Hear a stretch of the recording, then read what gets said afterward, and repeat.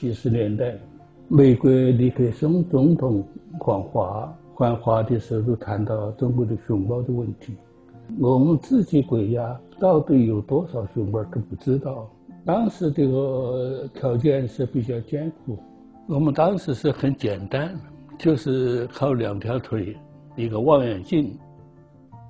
我们目前看到这个熊猫叫七仔，它是现在目前世界上唯一圈养的棕色大熊猫。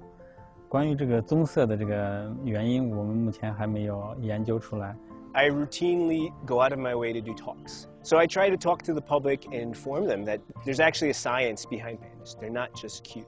您这么多年研究保护大熊猫，想问问您有没有什么遗憾？最遗憾的是，人的生命呢有局限。我的生命呢，从事这方面呢，时间短了，不可能延长到。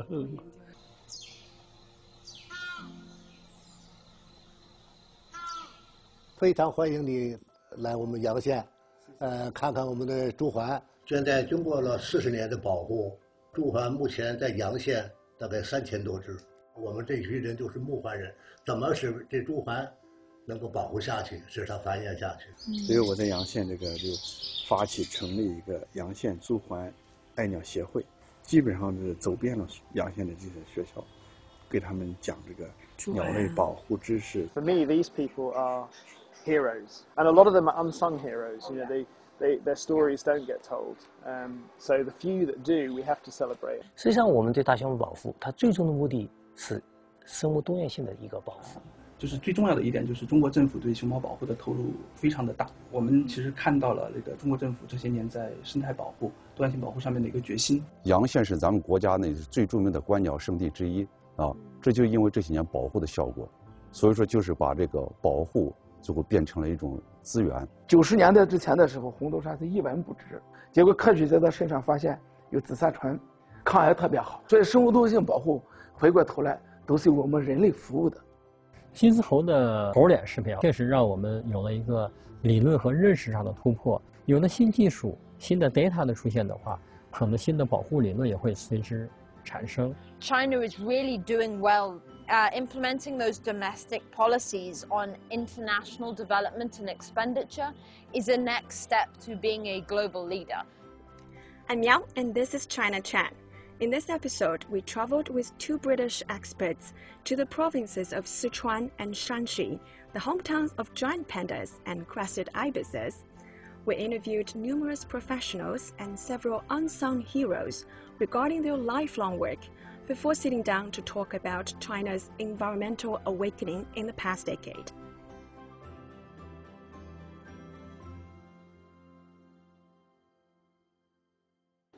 So guys, what made you interested in joining our show, and did you have any expectations? The reason I joined is because biodiversity is such an important issue for all of us. You know, we're going through globally a period of huge biodiversity loss, and that's not just sad that we're losing lots of species, but it also presents huge risks to humans in terms of economic risks and public health risks.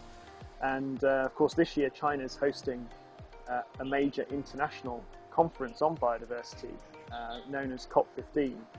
And so this is when more than 190 countries are due to come together and agree on a new framework to tackle, to slow and hopefully halt biodiversity loss. So right now is a really important moment on biodiversity, and I think we need to get more and more people to understand these issues and to put forward their views ahead of this major meeting later this year. Alice, what about you? So I completely agree with Terry, firstly, but also humans are the major driver of biodiversity loss. And that means to be successful, humans have to be part of the solution. Communicating isn't just an option, it's a responsibility. And as a scientist in particular, I feel that messaging how important biodiversity is and making people care about it and realizing that we have a duty to be good stewards is fundamental. And shows like this are a fantastic way to communicate to people why they need to care about biodiversity and why it matters to us as individuals on a daily basis. For the past 2 weeks in Shanxi and Sichuan, we have met a dozen of panda and crested ibis experts, researchers, and also villagers, as well as an American biologist and a WWF Panda Program Senior Officer. So from all the conversations we had with them, did you find anything in common? Terry?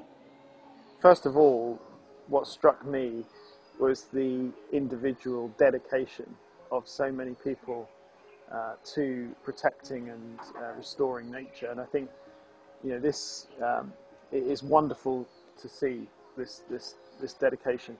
And I think the other thing that came through strongly is that when we work together and when we put resources, the right resources, we can achieve amazing things. You know, to bring back the crested ibis from when we thought it was extinct, you know, to discover that tiny population, and then all the work that's gone in since then to not only captive breeding and release back into the wild, but also protect the environment where they are, work with the local communities, which is really, really important. I think working with local people is something that's come through from all our conversations, the importance of that, you know, because the local people are the ones who are stewards of this environment, and so it's so important to involve them and reward them also for the work that they do to protect these environments. So I think they're the two things that really struck me.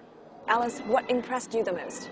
So a lot of my work is on bats and other species that are viewed as being less charismatic, even though they're fantastically diverse animals.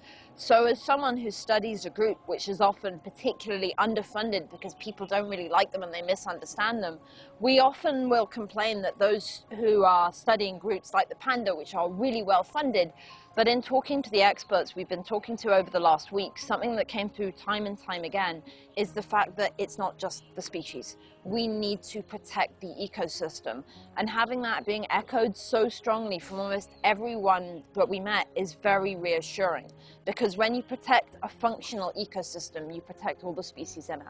And I think that's something we also need to inform the public of more, because unless you have a functional bamboo forest, you don't have a panda. And you also don't have the red panda and all the other species that live in that forest. So seeing that those experts also realize that means that it's also something we need to convey to the public. And the other thing that, as Terry said, the people on the front line for the forests are the people that live alongside it, the people who rely on those resources. If we develop a solution to conserve biodiversity that doesn't include those people, we're going to fail. We need to have solutions that recognize that these people are interdependent on the forest. They need to have livelihoods guaranteed. So not only are they meant to care about this, but they need to have other ways of generating an income that are sustainable. And having those stakeholder dialogues, having them involved in all of the solutions is critical for them to be effective. Yeah, I'd like to pick up on that one. So one of the things I found interesting was how the locals in Yangshan County have benefited from protecting the crested ibis. Yeah, they're very fortunate that they have this bird in their community, and so they have been asked to reduce the use of chemicals in their pesticides in their agriculture, and obviously this can impact yields. And in China, I think, you know, there are more and more people in the middle class now who are able to pay a bit extra for a good quality product. You know, so now in Yangshan, in that community, there are people producing organic, crested ibis friendly, if you like, rice and all sorts of products related to that, you know, including rice wine and honey and lots of things. So I think this is a good example where the community can actually benefit in a sustainable way from policies and practices that benefit the crested ibis, and also help to compensate the community for their role in stewardship of that environment. So I think, yeah, that to me was a really positive. But do you think Yangshan could be a potential model for other places in even other countries? Well, yeah, I think certainly the principles can apply, and so the solutions will be different in each place. But I think the principles that they're using there can certainly be helpful to other communities that have stewardship of other species that are important and endangered. So yes, I think there's a lot to learn from that example. And something we need to remind people of is they are connected to the world through what they eat, through what they drink, through the way that we live. And as economies become wealthier, then we need to empower consumers to make those decisions that are better for the environment, especially when we can attach a story, when they can see what good they can do to individual communities and species by making better choices about what they choose to consume. Yeah, and I also like to go back a little bit. So Terry, we visit the scientist who 40 years ago discovered the only 7 wild crested ibis in Shanxi, and if it were not for his team, this species might be extinct already. You're meeting Mr. Liu and to hear his personal story of how that discovery happened and what happened after that, which essentially meant he dedicated his life then to protecting and saving this species. And I think it's a really positive story that we need to hear, because in the biodiversity world, the overall picture is quite grim. We're losing biodiversity very fast. And I think what this example shows is that we can make a difference. It's not all lost. And I think this example can inspire other people and conservationists and communities, not only within China but around the world, to give them hope and inspiration. So it's something that I think China should be proud of, this example, bringing the species back. And it's something that I think other countries will be interested in, to learn from about how that happened.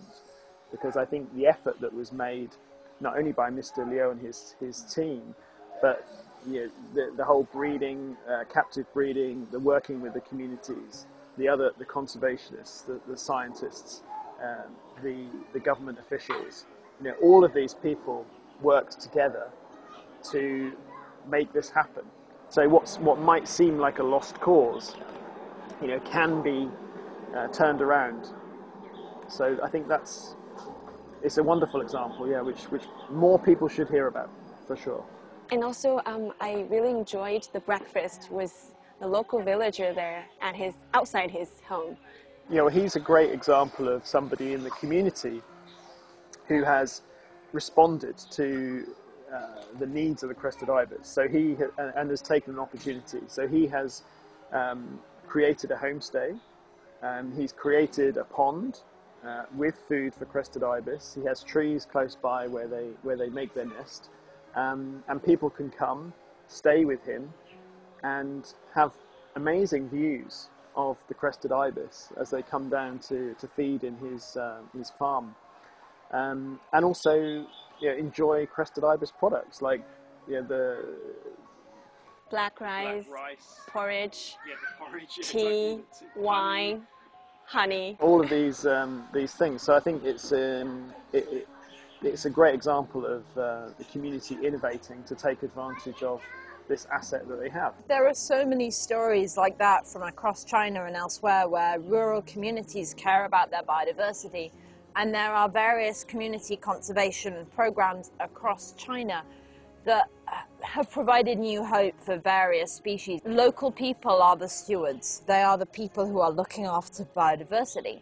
So it has to be economically viable. So these products are a really good way of doing that. But we also need to tell these stories and make it easier for people to protect their unique biodiversity. Alice, we met China's 92-year-old top expert on giant panda research and conservation at his home. I certainly was moved by his incredible story. How did you feel? It's always amazing to meet someone who has changed the future of a species and to show such remarkable dedication.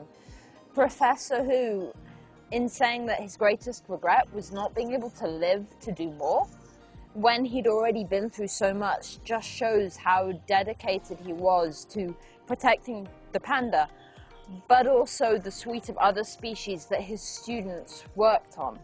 And you could see from his mannerisms how sorry he was to not be able to keep going to his campsite, to be able to keep on protecting that species in the wild. And I think the best thing that we can do to make up for the legacy of someone like Professor Hu is to do more, to live out that legacy. One sad thing is that not every species can have a champion like Professor Hu is for the panda. There are many species we don't even realize are there around us. But by protecting species like pandas and the habitats that they depend upon, then these species all have a better future. And again, we need to do better at protecting all of the natural areas around us so that those species that don't have a champion also have a future. He also showed us many photos that documented his years of work. So what photos caught your eye? A lot of them were him meeting some of the great conservationists of the day. So when the inception of WWF's work in China that made a huge difference to conserving pandas here, but also his photo from his birthday party with his students, which includes things like the top academicians of China who are still going to the CBD meetings, talking about China's commitments to biodiversity. And his legacy will always live on through the work that they do and their students do, that growing legacy of more conservation scientists out there on the front line making a difference for these species. Yeah. For me, these people are heroes. Yeah. You know, they work so hard, they're so dedicated to protect our environment and the biodiversity. And a lot of them are unsung heroes. You know, their stories don't get told. So the few that do, we have to celebrate. And I think it really inspires other people, especially young people coming up. You know, when they hear the stories, amazing stories of these people and the experiences they've had and the things that they've helped achieve. You know, I think it's really inspirational for young potential conservationists to hear those stories. So it's really important for programs like yours, I think, to tell these stories. Yeah, I just wanted to pick up a few things on, first one is on Professor Hu. So he actually told us, Terry might not know this story, once a panda died in the forest, right? Yeah, it was not in the best state when it was found. Yeah, and then he went there and then he actually cut it open and he found over 2,000 roundworms. It was a pretty unhealthy panda. None of his students or the villagers would go anywhere near it. They're like, this smells too bad. It was just himself doing that. Yeah, I was thinking like in modern days it would be much easier and they could have captured the death a few days earlier, and with technologies it would be not so hard for scientists to do the job anymore. Yeah. Yeah, technologies have made a huge difference, but also the fact they have camera traps and things up now means they probably would have noticed it showing signs of becoming sick before it died. Before it died, yeah. Yeah, and the other one you talked about the like public education. I forgot to mention there was the guy with the botany. He told us a lot about this botany, how it works, and how they don't really care about income from tickets. They care about free education to the students. Yeah, absolutely. And I think it was really refreshing to hear the director of the Xi'an Botanical Gardens talking about his priority is to get the students in from all the local schools. An incredible number of students that pass through those botanical gardens every year. Yeah, and of course not all of them will be interested, but if it sparks an interest in just one of each group that comes, you know, that is an incredible achievement. And you know, just as with birds and mammals and insects, you know, there's so many special plants, incredible diversity of plants, and there'll be some incredible stories among those plants for sure in terms of their lifestyle. And so it's such an important aspect of biodiversity that doesn't get so much attention. Both of you have lived in China for nearly 10 years and have gone on many research trips. Where was China then? And what's the most significant change? I think a lot of things have changed in China over the 10 years that I've been here, and many for the better. So, for example, you know, I'm a bird watcher. I like to go watching birds, and when I first started bird watching in Beijing, it would be very common for me to find people trapping birds for the cage bird trade predominantly, and the law enforcement authorities at that time were not interested. You know, you would call them, and it was almost as if you're calling me about birds. You know, I have so many more important things to do. And that was the general attitude. But now it's very different. So in my area of Beijing, in Shunyi, I still occasionally find people trapping birds. It's still a problem. But the reaction of the law enforcement is much different. So now I have the local police on my WeChat. And if I find someone trapping birds, I can immediately send them the location and the picture, and they will respond very quickly. Normally within an hour, they will be there. Yeah, and that is a huge change from 10 years ago. And of course, you know, at a bigger level in China, I think we've seen some major positive changes. So we have the concept of eco-civilization, you know, right from the top, from the president. And then underneath that, there's been many positive initiatives to help underpin that. So we've seen strengthening of environmental laws. We've seen the creation of national parks. We've seen the ecological red line system. We've seen a complete turnaround in the Yellow Sea in terms of coastal wetland conservation. So where many of the coastal wetlands had been reclaimed over the last few decades. And that policy has been completely turned around, and now the most important sites have become World Heritage Sites, and there are more sites that are nominated for World Heritage status. There are many environmental NGOs springing up all over China, set up by young people to protect particular species or ecosystems. And so there's been a sort of environmental awakening, I describe it as, over the last few years, and I think that is really positive for the future. A lot of government officials now are not only measured on delivering economic growth, but also environmental criteria. Yeah, so and that's a really important aspect. Also, we can talk about air pollution. You know, when I first came 10 years ago, it was a really serious problem in Beijing. It's still a problem, but it's much better. There's been a lot of emphasis on improving air quality and also water quality. You know, the rivers in Beijing now are much cleaner. One issue that's still outstanding is soil pollution, which is also a serious issue in some places.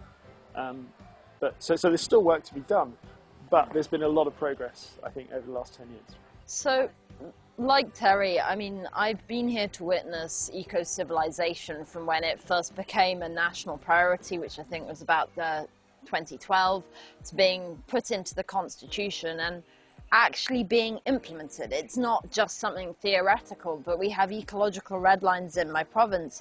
There is a much greater awareness and cognizance of biodiversity.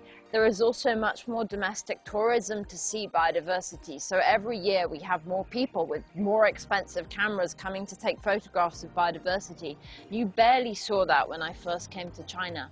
We're also seeing a depopularization of wild meat. So when I first came to China, it was very easy to see wild meat for sale. You don't really see that anymore because it's realized that that isn't something that's really acceptable anymore, particularly in young people. And I think the fact that people value biodiversity is also important, as well as those much more political motivations in terms of the policy dimensions. And beautiful China, the beautiful China policy, being more than just about planting flowers, but actually valuing biodiversity. And some of those dimensions going through policy, I think it's very promising. I think what we still do need to see is more emphasis on other elements that the West is now doing well now, like around developments, for example. So when we build a new house, etc., when we're developing a house, at the moment, there still aren't strong policies here in terms of doing a bat assessment or a bird assessment when you're doing that, and that is now mandated in the West. Also things like pesticide use, etc. We still see real issues around that, but I think it probably won't be very long until there are better policies around what chemicals can be used so we are not damaging the soil, but also the insects, the pollinators, etc. Yeah. I think just a small example of the greater awareness on biodiversity. I think just this week, the day before I came here, I had a meeting with the Beijing government about renovations that are going to be planned on a lot of the old buildings in Beijing. And these old buildings are very important nesting sites for swifts.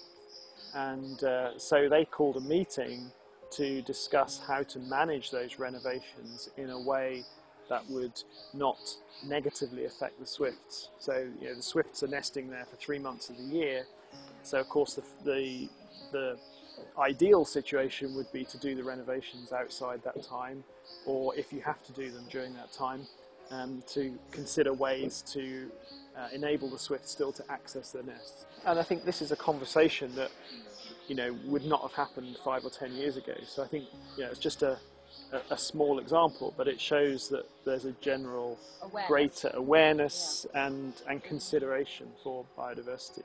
So from those small examples to the bigger policies, where do you see China heading? China's heading in a very good direction compared to when both of us came here. Some of these policies are unrecognizable. And I mean, the ecological red line policy is global leading policy. There are not many countries that have actually said, well, we're going to have this mode of managing land so that we can more equitably share land between biodiversity and humans. And they've done it nationwide. That's really impressive. China is going towards removing things like plastics, so takeaway is now not often meant to be in plastics. Over-packaging is still a big issue here, but things are going in the right direction. Over the time I've been here, at least some cities are having the clean plate rule. Things like the clean plate rule exemplify the fact that that is in the national consciousness.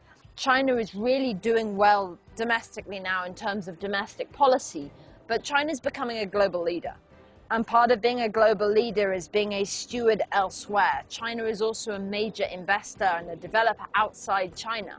So implementing those domestic policies on international development and expenditure is a next step to being a global leader, to showing, yeah, we have this policy, it's working well domestically, and if it can do that, then it will have a real global positive power in terms of biodiversity conservation and sustainable management. Thank you. Thank you. Thank you. Thank you.